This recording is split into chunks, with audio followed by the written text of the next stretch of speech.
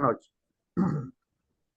Bueno, buenas noches amigos, un placer saludarle. Qué bueno que podamos conectarnos nuevamente por esta vía para hablar de otro tema que es fundamental en este momento, que es el tema de la gestión del cambio. Para entrar en materia, la idea es que ustedes de esta charla se lleven algunos pasos efectivos que les permitan gestionar cambios en los distintos escenarios en los cuales se mueven, incluyendo, por supuesto, la vida personal, y para eso vamos a profundizar en temas asociados. Primero, entender qué es el cambio y por qué razón nos resistimos.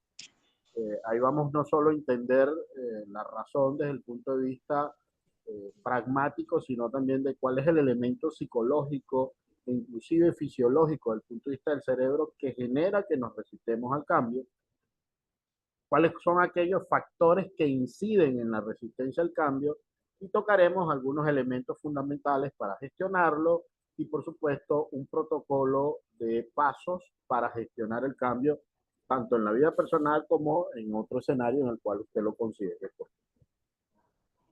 Para entender el tema del cambio y de la resistencia, por supuesto, tenemos que entrar a definir o a reforzar algunos conceptos elementales que son claves para poder adentrarnos en la materia. Cuando hablamos de gestión, básicamente nos estamos refiriendo a un conjunto de procedimientos y de acciones que se llevan a cabo para lograr un determinado objetivo. Y ese conjunto de procedimientos y acciones están pensados, están hechos desde el cerebro racional, que nos va a permitir planificar, organizar, controlar, medir. Es decir, está basado en elementos que podemos ir midiendo en el campo. Pero cuando nosotros hablamos de cambio, hay dos concepciones fundamentales. Uno, la concepción más pragmática, que tiene que ver con la acción de transformar una cosa en otra, o la concepción psicológica que entonces nos lleva a entender que todo cambio es un proceso adaptativo de la mente humana. De hecho, el cambio desde el punto de vista psicológico tiene además un componente biológico. Si no cambiáramos, pues la posibilidad de perecer es mucho más cercana. De hecho, hoy sabemos que desde el punto de vista de la fisiología, nosotros cambiamos de piel cada cierto tiempo. Está en el rango entre 15 a 20 días. Claro, no nos damos cuenta porque no nos sucede como en otro tipo de especie que se nota rápidamente ese tipo de cambio. Pero sí sucede, es decir, tenemos cambios frecuentes que no son tan perceptibles, pero que sí se están. Ahora, cuando hablamos de resistencia, etimológicamente la palabra resistencia viene del latín resistencia, que a su vez viene del verbo resistere. Y lo que nos dice la etimología es que la palabra inicial está ligada al hecho de mantenerse firme, de persistir, de oponerse o de oponerse reiteradamente sin perder el puesto. Es decir, es de alguien que no se va a mover por un conjunto de factores que no le permite tomar decisión asociado al cambio. Bajo esa concepción, entonces, la pregunta que nos tenemos que hacer es, ¿y por qué nos resistimos al cambio? Es decir, ¿qué pasa que frente a situaciones que se están dando como novedosas o que inclusive podemos estar experimentando como incertidumbre, ¿por qué nos resistimos? Entonces, aquí es donde la neurociencia entra y nos pone sobre el contexto que el primero que se resiste es nuestro cerebro. El cerebro está diseñado para tres cosas fundamentales: aprender, de alguna manera administrar y ahorrar energía, y por supuesto para diseñar acciones que permitan la sobrevivencia. Y si una de las funciones del cerebro es administrar energía, toda posibilidad de cambio significa en primera instancia consumir más energía de la que ya estoy consumiendo. Por lo tanto, si esa es una de las funciones del cerebro, lo que va a suceder es que él es el primero que va a sabotear toda posibilidad de cambio. Ahora, ¿por qué sabemos eso? Bueno, porque la neurociencia se ha dado cuenta que el cerebro va a preferir acciones que deriven en una gratificación, pero que además deriven en una gratificación inmediata, lo que quiere decir que va a ejecutar acciones que vayan al sistema de recompensa de nuestro cerebro y que no está diseñado en primera instancia para estar esperando tanto largo plazo. De hecho, cuando está frente al tener que esperar mucho, es muy probable que empiece a dispararse acciones como la angustia o incluso la ansiedad, porque eso no está ligado al placer, por el contrario, eso está ligado al dolor. Por lo tanto, el cerebro va a buscar siempre repetir cosas que estén asociadas al placer como primer recurso. Lo otro entonces es que la resistencia al cambio desde el punto de vista psicológico definitivamente es un mecanismo de defensa. Y es un mecanismo de defensa que está promovido por una emoción. Y esa emoción es el miedo. Acuérdense que el miedo tiene la característica de paralizarnos en primera instancia. Puede ser que también salgamos corriendo, pero en primera instancia es paralizar, es no mover. ¿Por qué? Bueno, porque el cerebro cuando está frente a situaciones de incertidumbres, de no entender lo que está sucediendo, él va a buscar aclarar qué es lo que está sucediendo para en función de eso tomar acción. Entonces, cuando no entiende qué es lo que está pasando, se va a activar una función emotiva y esa función emotiva la dispara inicialmente, algo que hablamos en la sesión pasada, una zona del cerebro límbico que se llama amígdala. Recuérdense que la amígdala es aquella que almacena la información emocional de los eventos que hemos ido almacenando en nuestro cerebro. Por lo tanto, si eso que es nuevo, que no estoy entendiendo, que no sé cómo interpretarlo, la amígdala lo está representando como un elemento que puede representar peligro, amenaza, bueno, nos va a llevar a sentir miedo, nos va a llevar inclusive a una especie de agotamiento fisiológico, nos puede llevar a la ira e incluso si esa situación nos pone un pensamiento obsesivo recurrente, bueno, pudiese llevar a la persona hasta un cuadro depresivo. Por lo tanto, entender esto ya nos está diciendo que todo cambio tiene que pasar por dos vertientes fundamentales, por el elemento emotivo y por el elemento racional. Ahora, ¿cuáles son las causas más comunes que pueden generar resistencia al cambio? Una es el miedo a lo desconocido. Es decir, obviamente uno de los grandes miedos estadísticamente demostrados que tiene la gente es el miedo a la muerte. Claro, porque no sabe que hay más allá. Y el segundo miedo es el miedo a hablar en público. Es decir, pareciera que no fuese tan evidente, pero sigue siendo estadísticamente uno de los elementos más importantes. También vamos a tener resistencia al cambio si desconfiamos de aquel que introduce el cambio. Si es alguien que no es confiable, si es alguien que no es probo, pues probablemente no nos vamos a sentir cómodos con sus propuestas de cambio. Si lo vemos desde el punto de vista organizacional, va a haber resistencia al cambio en aquellas organizaciones donde no hay flexibilidad para manejar el cambio paulatinamente.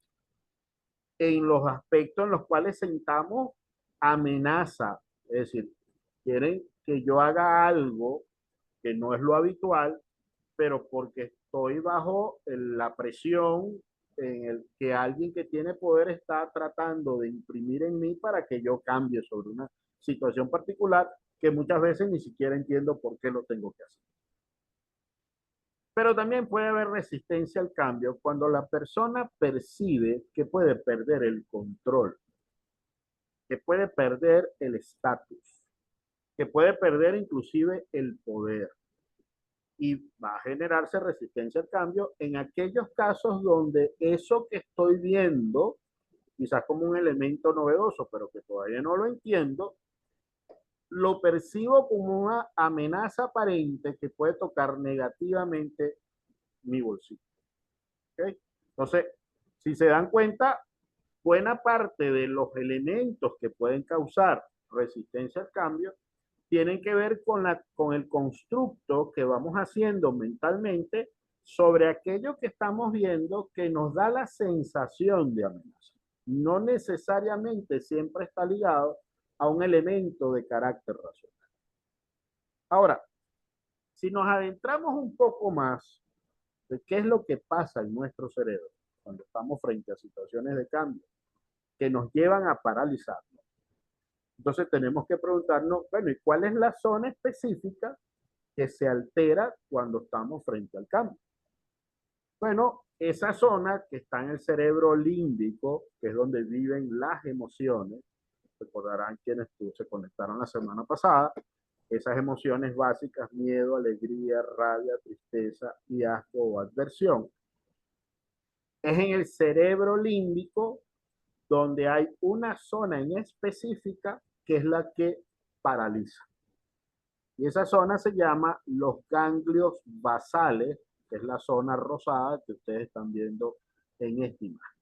Fíjense que esa zona rosada está muy cercana de la glándula pituitaria, que está muy cerca de la amígdala, pero que también está muy cerca del hipocampo. Acuérdense que el hipocampo almacena la información de los eventos que hemos vivido y la amígdala almacena la parte emocional de esos eventos que hemos vivido. Donde el hipocampo, si eso no tiene significado, lo adormece, pero la amígdala no adormece la parte emocional. Siempre está alerta.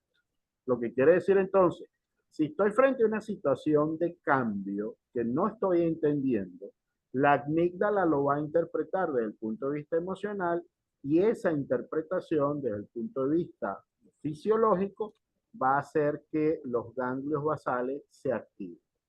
¿Qué hacen los ganglios basales? Bueno, los ganglios basales son como una especie de semáforo para que nos podamos mover. Y a través de sus conexiones, son los ganglios quienes dicen qué movimientos son los que podemos hacer y cuáles no vamos a hacer, dependiendo de cómo estamos interpretando emocionalmente una situación que no estoy entendiendo. ¿Por qué? Porque obviamente esa situación me está parando en una emoción llamada miedo. Lo que quiere decir entonces que esto reafirma que toda gestión de cambio debe involucrar en su plan un elemento que mueva a la gente, que motive a la gente en positivo y que además pueda entender de qué se trata. ¿Okay? Entonces, ahora, hoy en día tenemos elementos inclusive para saber quiénes pueden estar más propensos a resistirse al cambio. El psicólogo y escritor Ned Herman creó toda una metodología a partir del estudio y la clasificación que hizo, bueno, de lo que McClelland ya había hecho con respecto al cerebro triuno y de otros especialistas neurólogos que ya habían hecho desde el punto de vista del análisis de cómo se comporta nuestro cerebro. Y él crea todo un modelo llamado dominancia cerebral. Ahora, eso lo podemos identificar a través de un test. Y si usted quiere que le hagamos llegar el test a, en este momento o más tardar mañana, el lapso que tenemos disponible, lo vamos a invitar a que aproveche 2 minutos de este tiempo para que entre en el Instagram de Human Resource Service, que lo tienen ahí en pantalla, y escriban en el Instagram test. Y nosotros nos encargamos de enviarle después el link. Tómense por favor este tiempito para entrar en el Instagram y ya continuamos con la explicación.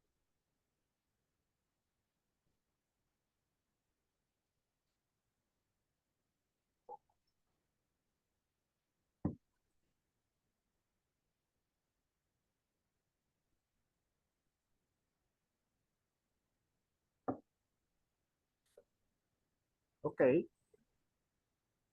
entonces continuamos.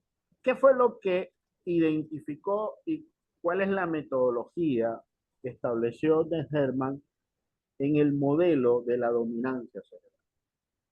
Bueno, este caballero lo que hizo fue que dividió nuestro cerebro en 4 cuadrantes, porque a través de los distintos instrumentos que fue aplicando, se dio cuenta que cada uno de nosotros tiene una dominancia superior en alguno de esas zonas de los hemisferios de nuestro cerebro.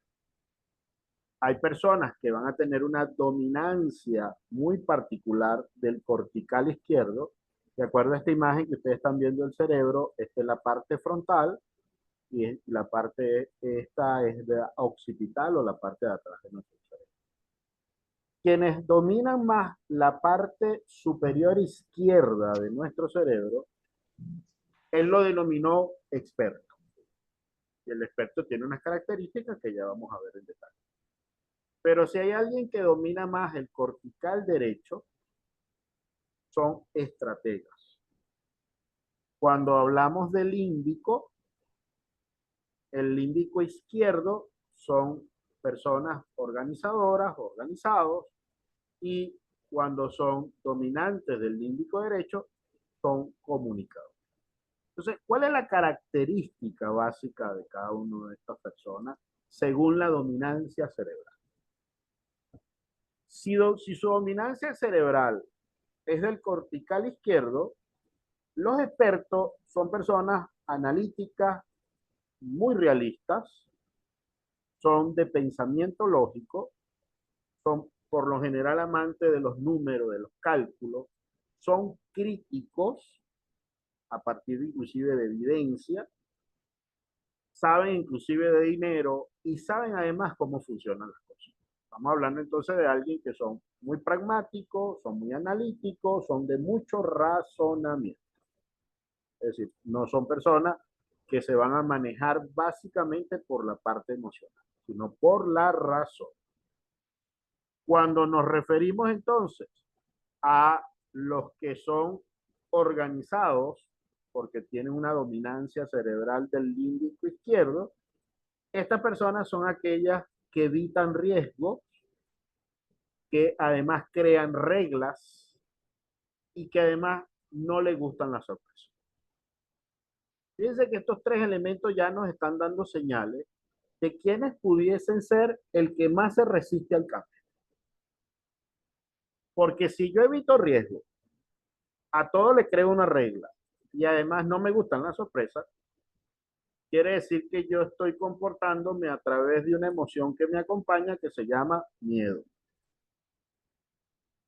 Y decíamos hace rato que desde el punto de vista de la concepción de lo que psicológicamente entendemos, de lo que pasa en la resistencia al cambio, es que esa zona del sistema límbico lo va a activar el miedo, es lo que activa la resistencia al cambio. Entonces los límbicos, que son límbico izquierdo, que son organizados, no les gustan las sorpresas, son personas que se tienen que asegurar, es decir, para eso además son previsibles, están permanentemente evaluando los posibles riesgos y además son disciplinados, es decir, tienen una estructura de cómo comportarse a fin de evitar en la medida posible los riesgos que se puedan presentar.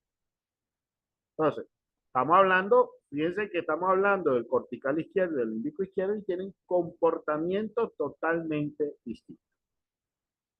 Si nosotros nos paramos solamente en estos dos, ya esto me está diciendo que si vamos a gestionar el cambio, la estrategia a seguir, y me parara solamente en el cortical izquierdo, en el límbico izquierdo, debe tener componentes racionales que le diga al experto que el cambio es favorable para él, con elementos lógicos, numéricos, evidencia, pero que además le diga al organizado que no se va a conseguir sorpresa, que por el contrario, él va a poder darse cuenta que esto le puede dar más bien una gran ventaja, el poder adaptarse a los cambios que pueda estar presentándose.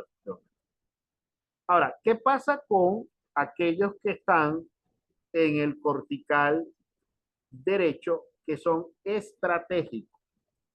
Bueno, estas personas son imaginativas, estos sí les gustan las sorpresas, son más impulsivos, es decir, más impetuosos, tienden a especular, es decir, tienen ideas permanentes, muy asociados inclusive a lo que imaginan, son más curiosos, les gusta jugar, es decir, son más de el impulso para experimentar inclusive cosas nuevas. Es decir, que el estratega no necesariamente es el que más se va a resistir. Si nos damos cuenta, el que más se va a resistir de los tres que hemos visto ahora son aquellos que son dominantes del límbico izquierdo, es decir, los organizadores. Ahora, ¿qué pasa con el límbico derecho? Que lo llamamos comunicador. Bueno, estas personas son expansivas en sus discursos, son emotivos, es decir, tienen un componente emocional importante que los acompaña, tienen una visión holística, más que una visión espiritual, es una visión holística, es decir, se conectan mucho con la sensación, con el poder tocar, con el poder sentir.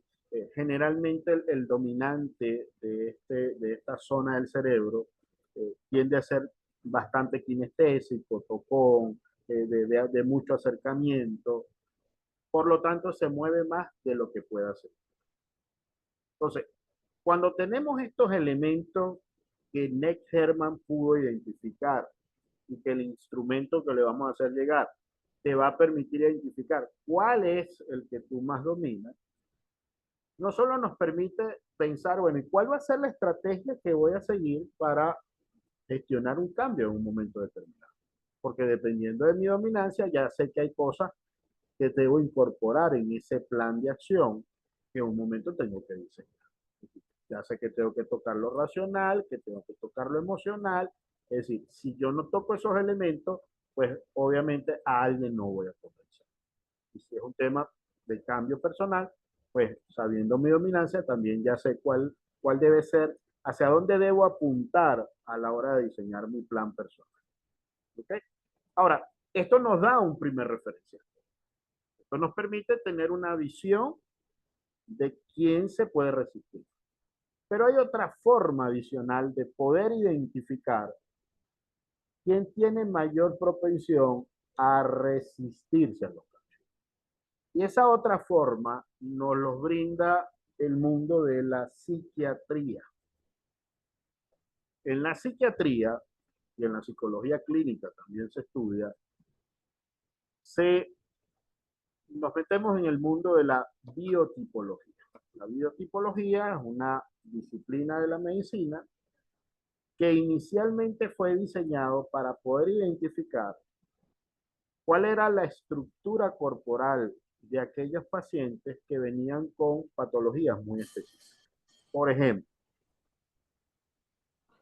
estadísticamente empezaron a darse cuenta, oye, casualmente el que me viene con obesidad, con diabetes, con hipertensión, tiene una característica. Por lo general, son gorditos, son un poco rechonchitos. Pero aquel que tiene comportamientos muy agresivos, de ataque, eh, oye, resulta que son personajes que su biotipología, es decir, nacieron con esa estructura física, son de cintura angosta y de espalda ancha. Pero aquellos que son un poco proclive a ser calculadores, de mucho pensamiento, a veces un poco introvertido, muy orientado a los procesos, a lo numérico, a lo racional, oye, por lo general eran flacos, altos, delgados, de cuello alargado. Eso no solo lo vieron desde el punto de vista de la medicina general, sino que desde el punto de vista de la psiquiatría se consiguieron, oye, que casualmente, y no estoy diciendo con esto que todo el que tenga esa biotipología, ojo, que quede claro, al final vaya a padecer de esto, pero casualmente los pacientes que llegaban a consulta psiquiátrica con cuadros de demencia, con cuadros de esquizofrenia, con cuadros de psicopatías, eran delgados, de cuello alargado, y a esos personajes, para poderlos clasificar, los llamaron lectosómicos. Si se dan cuenta, aquí tenemos unos personajes de los Simpsons, y el jefe de Simpson casualmente es un tipo delgado, alto, delgado, y quien ha visto la película o la caricatura sabe que es un tipo calculador, es un tipo muy racional, no es nada emocional, es un lectosómico. ¿Ok? Ese lectosómico, desde el punto de vista del tema que estamos tocando, va a requerir más información, porque él no se mueve con la emoción, él se mueve con la razón y evidencia. Por lo tanto, si yo lo quiero entusiasmar para que entre en un mundo de cambio, le tengo que dar evidencias que le digan a él que sí vale la pena tomar esa decisión. ¿Está claro? Pero más bien aquellos que son más emocionales, que son más extrovertidos, que son de disfrutar del contacto personal, que son dicharacheros y que son cambiantes a nivel de decisión, pues resulta que generalmente son gorditos, un poco rechonchitos. A esos personajes le llamamos pícnicos. Y los pícnicos, desde el punto de vista psiquiátrico, son por lo general los que llenan las estadísticas de las personas que vienen con comportamientos maníacos. ¿Okay? Insisto, ojo, el que tengas esta biotipología no significa que lo vayas a hacer. Es lo que estadísticamente pasa desde el punto de vista de la psicopatología. ¿Está claro? Pero los tipos que son más lentos de pensamiento, tanto en el pensamiento como en el accionar, que además tienden a actuar de forma muy agresiva, pues resulta que eran esos personajes de cintura angosta y espalda ancha. Y a esos personajes se les llama atléticos. Se cree que una de las razones por las cuales tiene una tendencia a la agresividad es porque estos personajes tienen mayores niveles de testosterona en sangre. ¿Está claro? Entonces, visto desde la resistencia al cambio, quien más se me va a resistir va a ser el lectosómico. El pícnico se va a resistir si él no siente, ojo, acuérdense que este es más emocional, desde el punto de vista de sentir, si él no siente que eso lo pueda favorecer. Mientras que al atlético, la información se la tengo que dar más digerida, porque su proceso de racionamiento es un poco más. Él la va a entender, pero se va a tardar un poquito.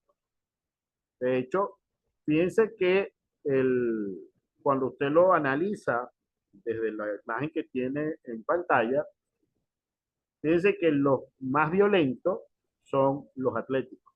Dicen, son violentos y representan el cociente más alto de delincuencia. Sí. Mientras que los pícnicos son los menos delincuentes, porque los pícnicos son más cercanos, son más humanos, son más racionales, es decir, son más sensibles, mientras que el lectosómico eh, puede ser reincidente. De hecho, desde el punto de vista de la biotipología criminal, porque esto también se estudia en el ámbito criminal, la mayoría de los asesinos en serie son lectosómicos.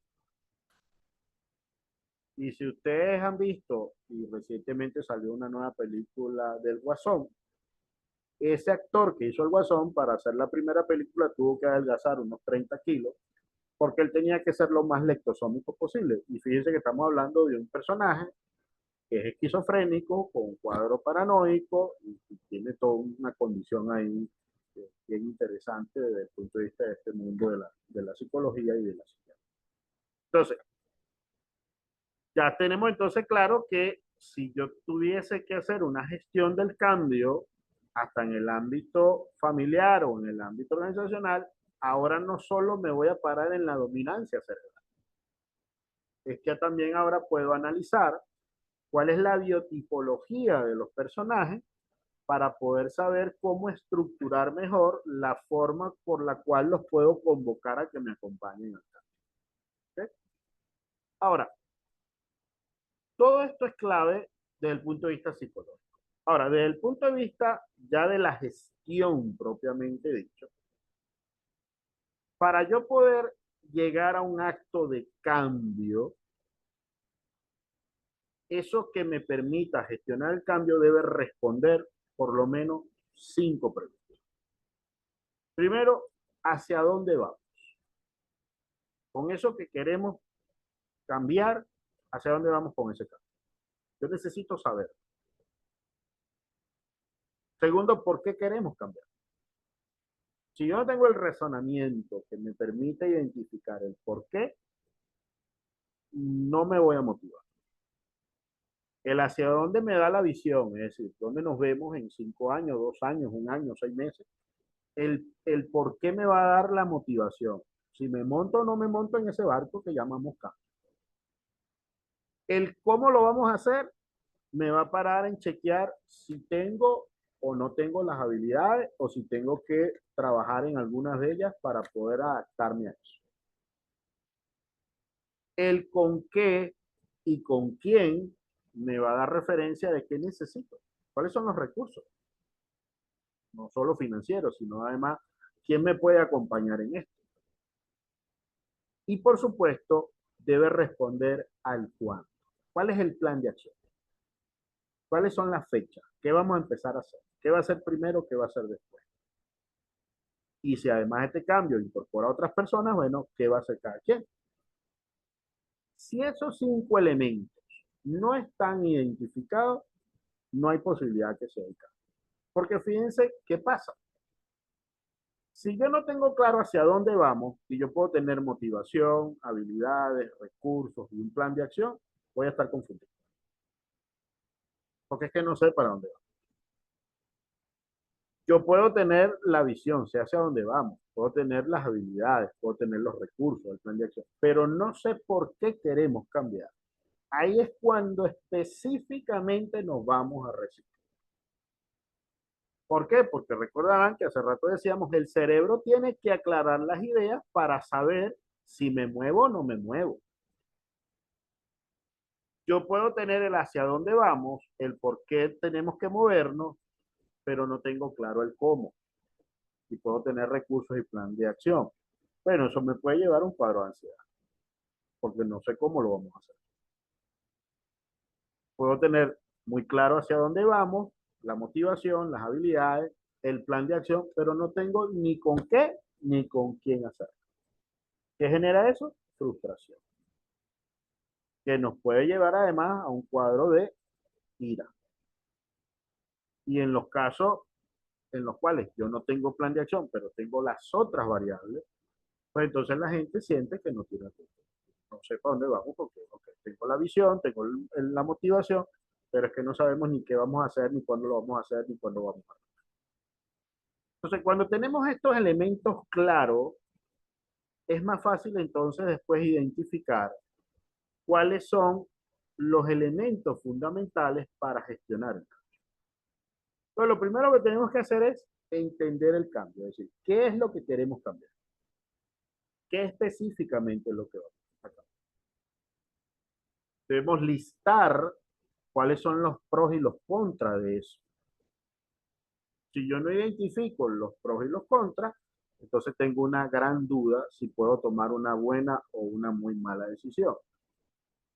Debo entonces planificar qué vamos a hacer, con qué recursos, quiénes lo van a hacer, organizar las acciones y, por supuesto, ponernos en marcha, activar el plan. Y estar en este círculo de estar evaluando, de reconocer y de corregir.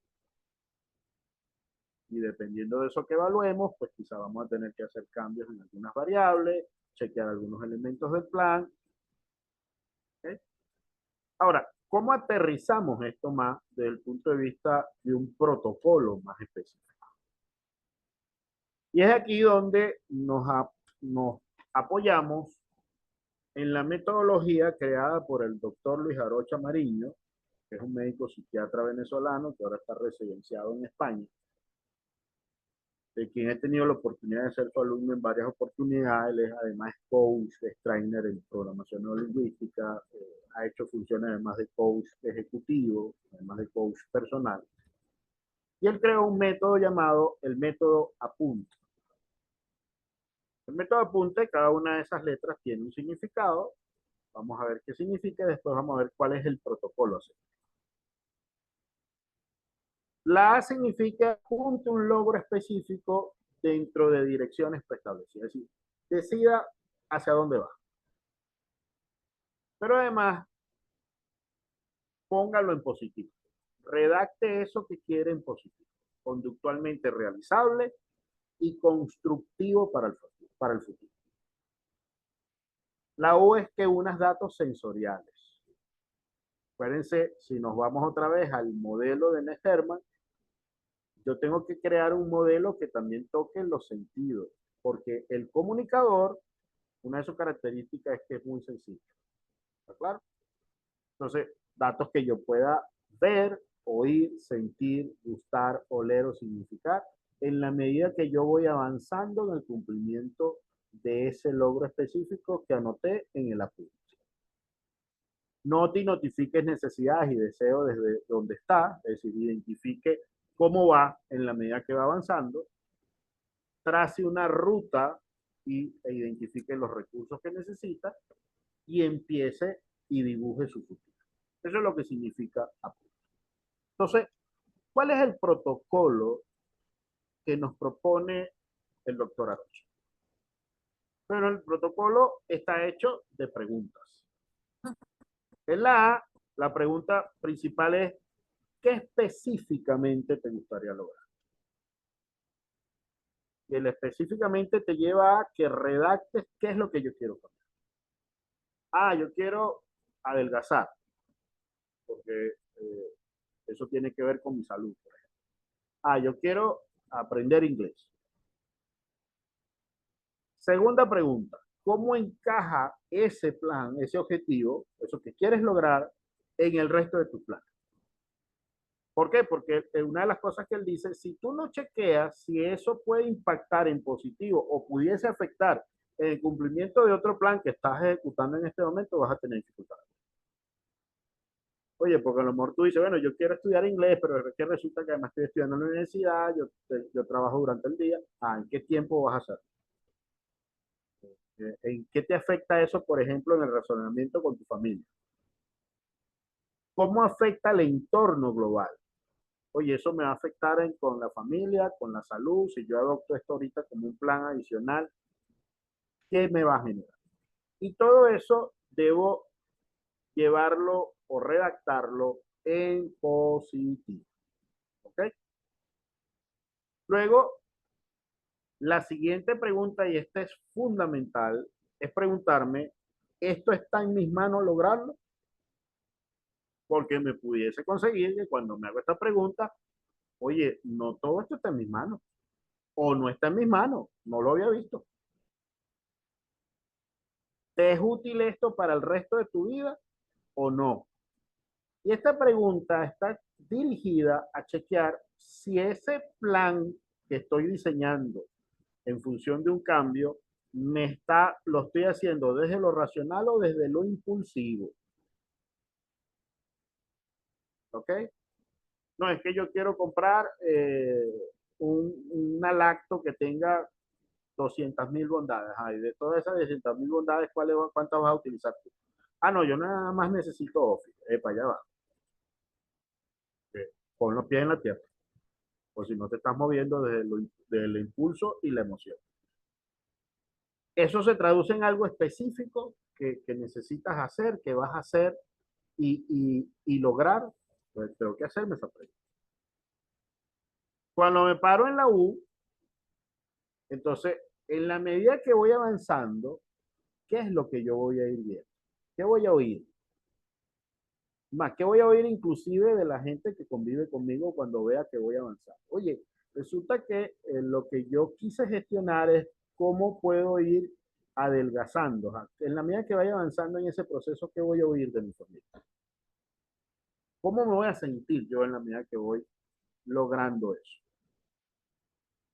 Y además de eso, entonces, ¿a dónde te llevará eso después? Después que lo logre, ¿hacia dónde me va a llevar? Si me voy a la N, entonces comienzo a preguntarme en qué me va a satisfacer ese logro. Y si ese logro además me brinda algo más. Ah, bueno, me va a satisfacer en que voy a estar más saludable, en que quizás me voy a ver mucho más atractivo. Es decir, ahí tengo que darme las respuestas que vayan surgiendo en la medida que voy estructurando todo. La T, entonces comienzo a hacerme preguntas de antes de lograrlo, ¿qué yo tendría que hacer previamente? Ah, bueno, entonces si yo quiero adelgazar, probablemente debo ir primero con un médico que me evalúe, luego él quizás me refiera a un nutricionista, ese nutricionista me va a referir con una metodología de cómo debo comer. Ah, ok. Entonces, ¿cuáles son aquellos elementos que debo hacer previamente? ¿Y con quién o con qué debo contar?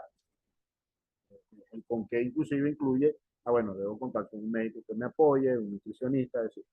Y eso me permite trazar una ruta de los distintos pasos que voy a comenzar a ejecutar para ir cumpliendo la meta que me estoy trazando en la A cuando me pregunto específicamente qué es lo que quiero.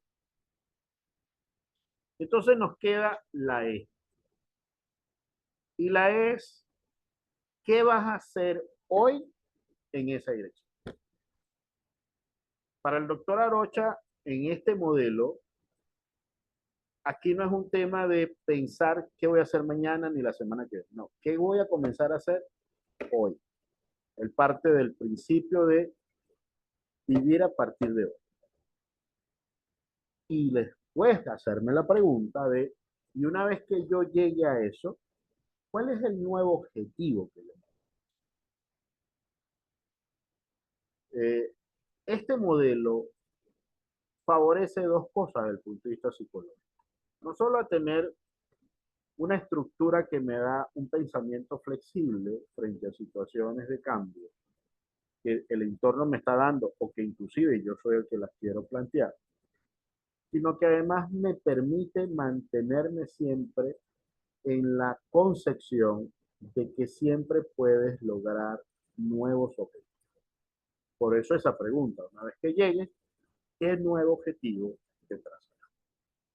Entonces, en función de todo esto que hemos visto desde el punto de vista fisiológico, desde el punto de vista psicológico, desde el punto de vista del modelo de Herman, desde el punto de vista de la biotipología y desde este modelo y este método a punto el doctor Luis Arocha Mariño, vamos a hacer entonces ahora el espacio para preguntas y respuestas. Adelante. Bueno, si tienen alguna pregunta, la pueden hacer por el chat o por el micrófono.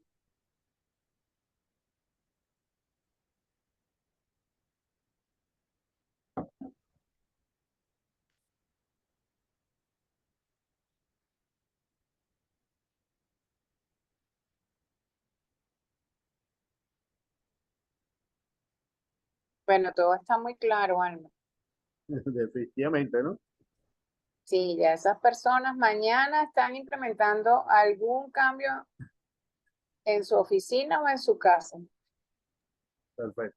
Perfecto. Hola, profe Almer, ¿me escuchan? Sí, sí. ¿Cómo estás, ¿Cómo Arnaldo? está? ¿Cómo te va? Bien, gracias a Dios, agradecido aquí. Bueno, lo que pasa es que nos dejaste a todos muy reflexivos, creo que fue, ¿no?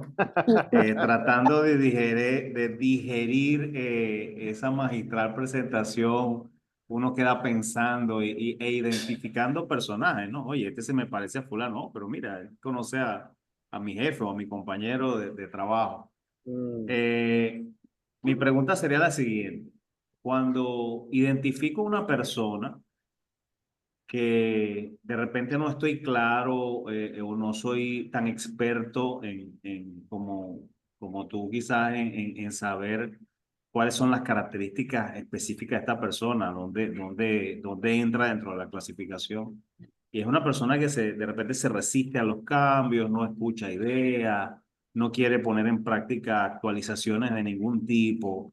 Eh, ¿Cómo puedes lidiar con esa persona de repente si tiene algún tipo de quizá jerarquía dentro de la empresa donde tú estás trabajando o que de repente es tu jefe y tú dices, bueno, pero le estoy presentando todas las oportunidades o todas las opciones que tenemos para resolver algo y de repente la persona no accede? O sea, ¿qué hago? ¿Cómo tengo algo que hacer? ¿Puedo hacer algo?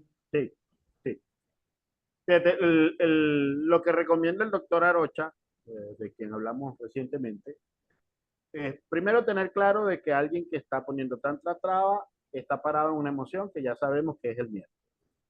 Pero cuando tú estás frente a alguien que no está terminando de entender la posibilidad que quizás tú le estás brindando para que cambie y además hasta crezca, lo primero que tienes que preguntarle, ¿qué es específicamente lo que le preocupa? ¿Qué te preocupa específicamente de esto que te estoy proponiendo? ¿Cuál es el riesgo que tú ves de esto que te estoy proponiendo? Porque si tú no identificas cuál es la emoción que está detrás de ese freno de mano que le está poniendo, no vas a poder avanzar. ¿Por qué? Porque primero tienes que darle un espacio de seguridad. Y ese espacio de seguridad solo van a ser en la medida que tú identifiques qué es lo que le preocupa específicamente, cuál es el riesgo que él experimenta o que él percibe. Y entonces ahora le haces la tercera pregunta. ¿Qué tendrías que hacer tú para que puedas darte la oportunidad de experimentar esta propuesta? Y va la cuarta pregunta. ¿Qué te hace falta? ¿Está claro? Entonces, fíjense, es un protocolo que está dirigido básicamente en 4 elementos. Identificar qué preocupa, qué es lo que está percibiendo como riesgo, qué es lo que él tendría que hacer y además de eso, la cuarta pregunta, ¿qué te hace falta? Y cuando tengas identificado qué tendría que hacer y el qué te hace falta, entonces aquí tengo que hacer 2 preguntas más. Eso que me dices que pudieses hacer, ¿cómo lo puedes hacer? Y a partir de cuándo lo puedes hacer. En la medida que yo lo estoy coachando, porque eso que estoy explicando es coaching ejecutivo, yo puedo ayudarlo a que después él trace el plan de acción. ¿Y cómo lo va a trazar? Con el método PUNT. Pero sí tienes la forma de ayudarlo a que él salga de esa cueva en la cual está sumergido, porque él no percibe todavía que eso que es nuevo es seguro para él.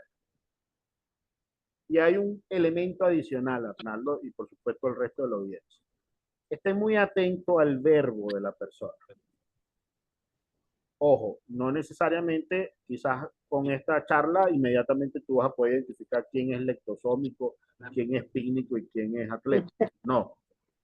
Y además no le recomiendo que le vayan a estar diciendo a la gente, ahora tú eres un lectosómico, te puede meter en problemas, ¿no? Pero estén atentos cuáles son las frases que dice. Porque alguien que, por ejemplo, te dice es que yo siempre estoy luchando, Arnaldo. Ojo, porque esa persona viene con una herida de vacío y donde lo que está diciendo es que él necesita acompañamiento. ¿Está claro? Entonces, cuando soy capaz de hacerle esas preguntas que acabo de explicar del protocolo de coaching ejecutivo, yo puedo ayudarlo a que él vea posibilidades. ¿Sí? Ok, tenemos por acá, por el chat. Gracias, Almer. A la Excelente. orden. A la orden. Gracias a ti, Arnaldo, por tu intervención. Elier Valenilla dice, excelente presentación. Sí, vamos a enviar la grabación. Y también dice, voy a comenzar con establecer nuevos hábitos. Claro. Alberto Entonces, Arzola. exacto. Entonces, arranca con uno primero, no varios a la vez. ¿Ok? Acuérdate, el cerebro, una de sus funciones es ahorrar energía. Entonces, cuando tú comienzas a hacer un cambio de hábito, al principio él te va a sabotear porque adaptarse a un nuevo hábito implica consumir más energía hasta que ya se vuelve algo natural.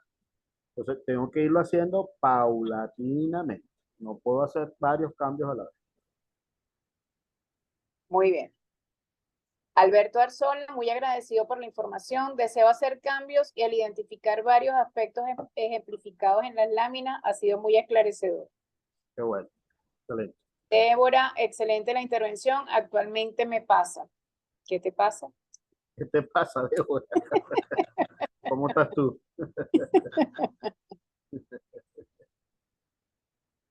Elier Vallenilla. Estoy seguro que estos modelos de cambio se requiere un cambio de líder tradicional capataz a líder coach. Realizar preguntas potenciadoras. Por otra parte, también un neurolíder porque es necesario conocer cómo funciona el cerebro de cada uno de los colaboradores. Muy interesante. Ahí te recomiendo, les recomiendo a todos un libro. Busquen el libro del doctor Luis Arocha Mariño, Autocoaching. Ese libro tiene varios protocolos y además tiene la guía de preguntas que pudiesen ustedes utilizar, inclusive para ustedes mismos en el diseño del plan. Por aquí dice que lo escribas en el chat. Luis Autocoaching. Arocha Mariño. Sí, autocoaching de doctor Luis Arocha Mariño. Autocoaching. Sí. Emily, excelente presentación, valiosa información. Gracias por compartir. Gracias. Débora dice, el tema es que no da oportunidad ni de escuchar lo que se le propone. Me imagino que es el jefe. Claro. Entonces, si estás con un jefe que además no tiene apertura a la escucha, la pregunta que yo te haría, ¿quién tiene que hacer un cambio aquí? ¿Él o tú? Pregunta para que reflexione. Respondió yo.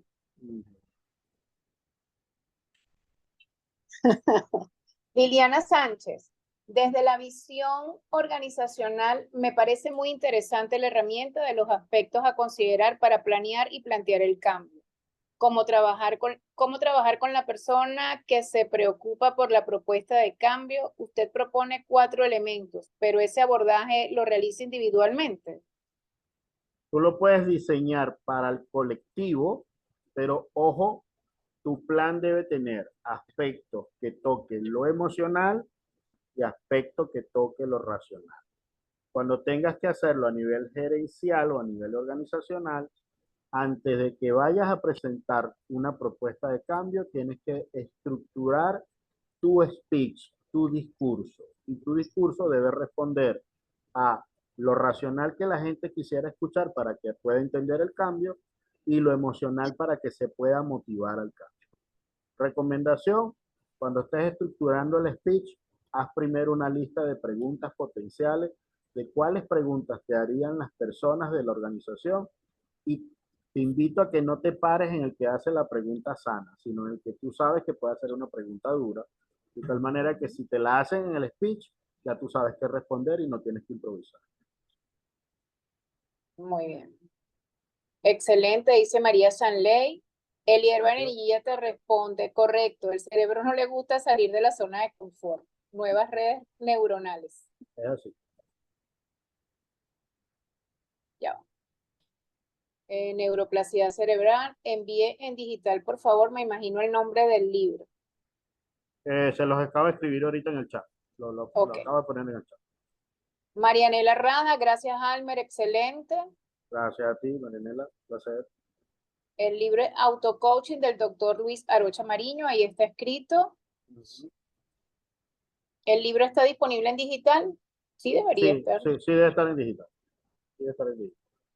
Fernando dice, gracias por las herramientas importantes para conducir nuestros cambios y gestionar lo de los equipos de trabajo. Correcto. Débora dice que si por favor pudiese repetir los 4 elementos. Definitivamente quiero escuchar este webinar. Almer, como siempre, impecable en tus presentaciones y enseñanzas. Ok. Ahí te recomiendo que después veas el video, Débora. El video lo vamos a hacer llegar Claro, claro. a la información que ustedes enviaron de sus correos. Y el Instagram nuevamente. Sí.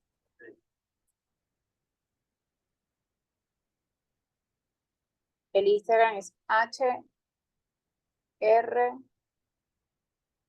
Ya no me lo he aprendido todavía. Puedo adelantar las láminas para que lo vean. Ajá, vamos a ver la lámina.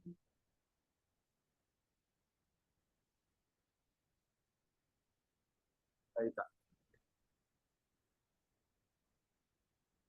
Ese es el Instagram. Okay. HR Servicios, abreviatura de Venezuela.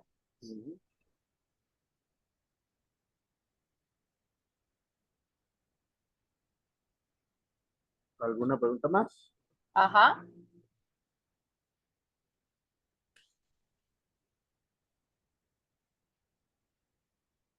No tengo más. Muchas Bueno. gracias, dice Liliana. Bueno, y como dicen los sabios, lo más difícil de hacer es hacer. Es así, es así. Y si Entonces, arrancas por el protocolo del doctor Arocha, se te facilita entender qué mucho. hacer y cómo hacer. ¿Ok?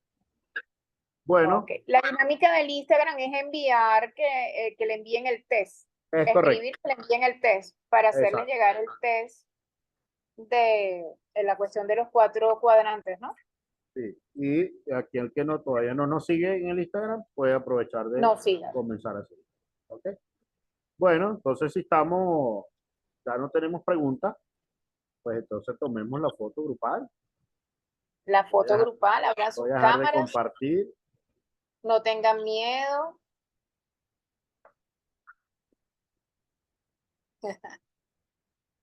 Muy bien. ¿Listo? Todavía falta, todavía falta. Ahí vamos, ahí vamos.